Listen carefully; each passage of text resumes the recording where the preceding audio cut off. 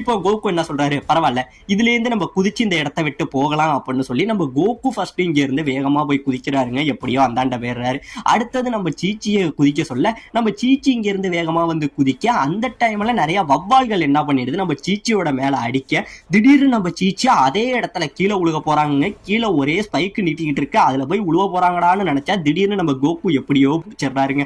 பிடிச்சோடனே நம்ம சீச்சி கண்ணை திறந்து பார்த்தாங்க அப்படின்னா அந்த ஸ்பைக்ல இன்னும் நிறைய மனித உடல்கள் வந்து குத்திப்பட்டு வெறும் எலும்புக்கூடுகள் மட்டும் அந்த இடத்துல இருக்கு. இதை பார்த்துட்டு இவங்க பயங்கரமா கத்துறாங்க. ஒரு வழியா இப்ப கோகு இவங்கள மேல தூக்க அந்த இடத்துல தூரத்துல வவ்வால்கள் நிறைய வந்து கத்த இவங்க அந்த வவ்வாலுக்கு பயந்துகிட்டு ஒரு இடத்துல இருந்து ஓடிக்கிட்டு இருக்காங்க.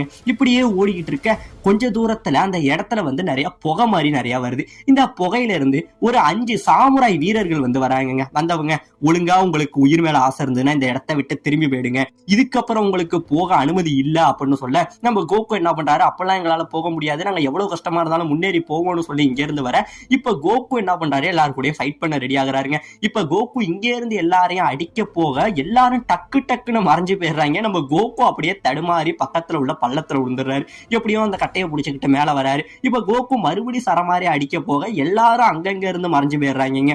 இப்படியே மறைஞ்சுக்கிட்டு போக நம்ம கோகு இங்க இருந்து ஏர்ல இருக்க திடீர்னு பின்னாடி ஒரு சாமுரா என்ன பண்றான், அப்படியே கத்தியால வெட்ட வராங்க. நம்ம கோகுவால ஏர்ல ஒண்ணுமே கண்ட்ரோல் பண்ண முடியல.